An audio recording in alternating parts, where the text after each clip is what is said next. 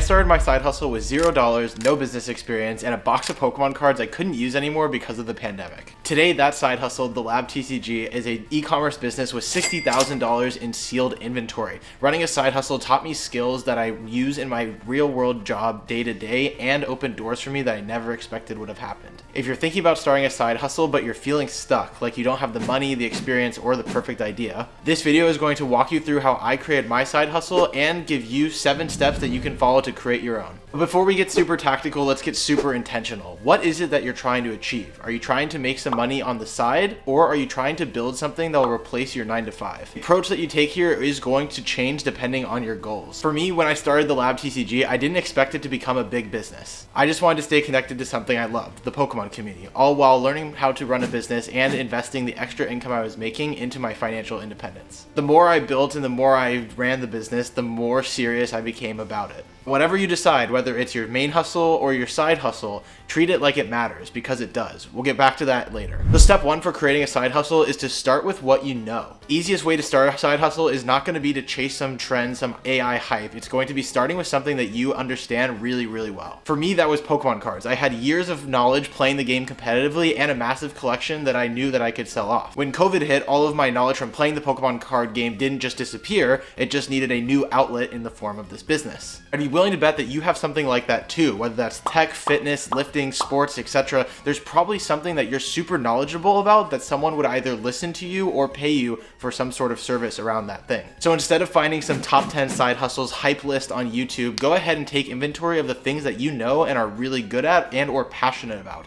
Think about the things that you know better than most. Step 2 is going to then be to get inspired and then get real with it. One of the first things that made me feel really excited and get ready to start my own side hustle was watching Gary Vee's Trash Talk series. Gary Vee is a multi-millionaire entrepreneur, and he would make YouTube videos about himself going to garage sales, finding mugs for $2 and selling them on eBay for $20 plus. Now, I had done this myself with video games and Pokemon cards before, so I knew what Gary was doing was absolutely possible. But for some reason, something about this video series and the way he was describing how he ran his businesses in the past got me really fired up and made me want to do the same thing. So with my previous experience and watching someone on YouTube do the same thing, I knew that this mindset worked of finding undervalued items, buying them for less than they're worth, and then selling them online for cash. And with that mindset, the Lab TCG was born. So that day, I bought my first collection after watching that video. I took $500 of my personal money from working at McDonald's while I was in high school, took it, and then bought a collection online from someone on Facebook. When it finally arrived, in all my anticipation,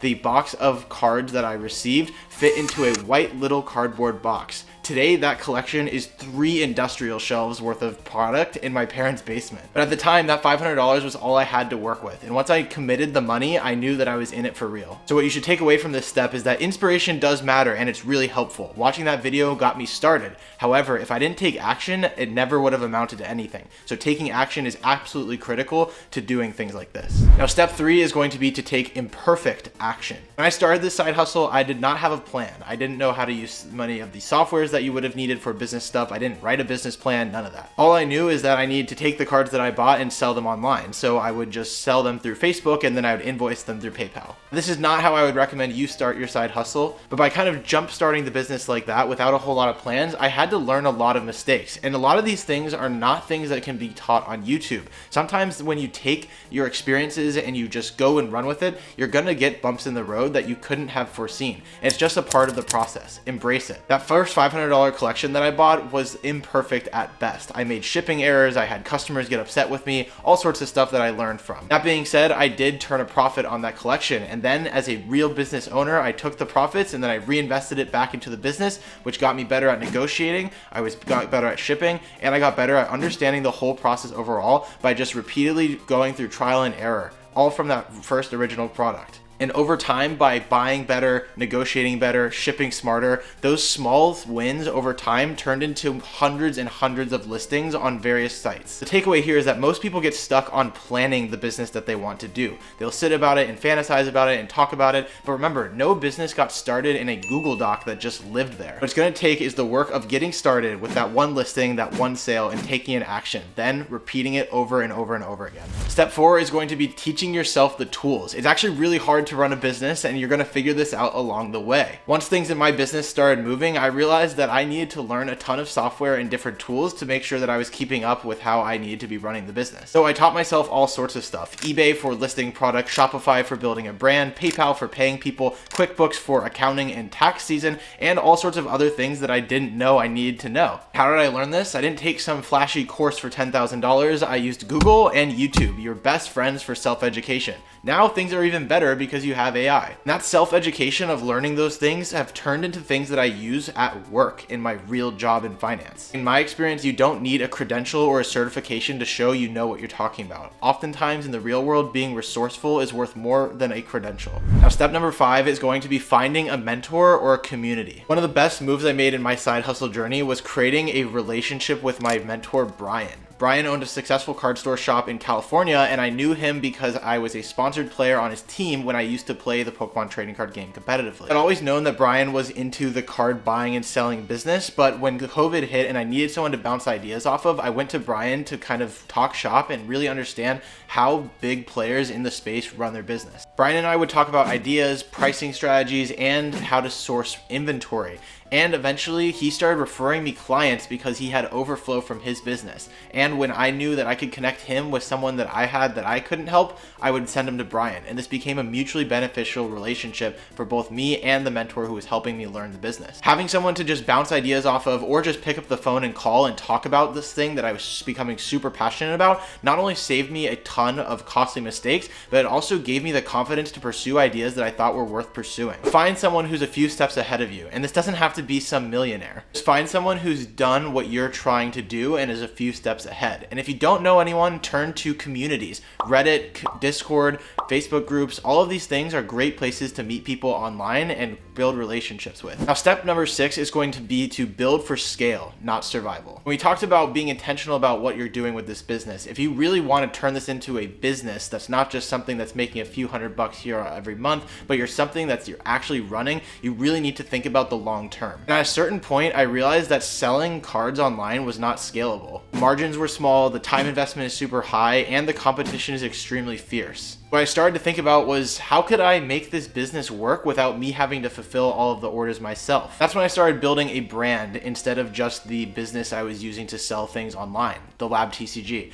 By doing that, I was able to differentiate myself from other sellers online and build a community of people that wanted my product, not just some random listing on some random site, which ultimately resulted in me being able to charge more for the products because I owned all of the customer relationship. And that was something that really set me apart from other sellers at the time. When I started thinking about ways I could differentiate myself, I launched a YouTube channel. This made my marketing smarter, made me learn Premiere Pro, made me learn Photoshop, made me learn all sorts of stuff and how to outsource things onto Fiverr. And that YouTube channel became the basis for how I attracted a community of people that supported my brand. That brand became an asset in itself, something that people trusted, and it made it so that I didn't constantly have to chase my own inventory or my own sales. Those people came to me with inventory and sold, and I could sell my product to them. Scaling isn't necessarily about doing more, it's about just doing it smarter. Now, step 7 is going to be to know your numbers, and that's coming from a guy that works in finance. This is the one that most people skip, and it can absolutely break your business. So if you don't understand your income statement, your balance sheet, or your cash flow, then you actually don't know what's going on in your business. And that's something that most YouTubers online won't talk about. Also, a big difference between keeping things business related and personal. Now that's kind of table stakes. You should always set up a business checking account and business credit cards and other stuff that are specific to the business. You don't want to mix your personal information with your business information, and because it gets very, very messy. But that's the basics. Make sure that you understand the financial statements and how they play together. But with my personal business, I wish that I had started this stuff sooner. Being really sharp about the numbers would have helped me to know when to stop buying and to start selling, what my actual profit margins were, and just understanding my business better and how I could optimize it. Now that I work in finance, it's obviously much more obvious to me. I work in those numbers every day, but this is not something that you need a degree or a specialization in to understand. All of this information is stuff that you can learn on YouTube or by subscribing to the Will Jenkins YouTube channel, where I'm going to be talking about this stuff in the future. So those are the 7 steps, but I got to warn you guys, there's a big mistake I made, and that mistake with my side hustle was I was thinking about it like a hustler. not an owner. I was always grinding in the weeds, flipping things, but I wasn't really thinking about how I could scale the business with data, systems, and structure. It's going to be the primary difference between a side hustle and a real business. A real business doesn't need to run with you. That can only happen when you act like an owner, by tracking results, investing wisely, and making sure that you understand how to run a business properly. So self-educate, self-educate, self-educate. So remember the 7 steps. Number 1, start with what you know, as that's going to be your unfair advantage. Number 2, get inspired and then take action on that inspiration immediately. Number 3, do not wait to be perfect.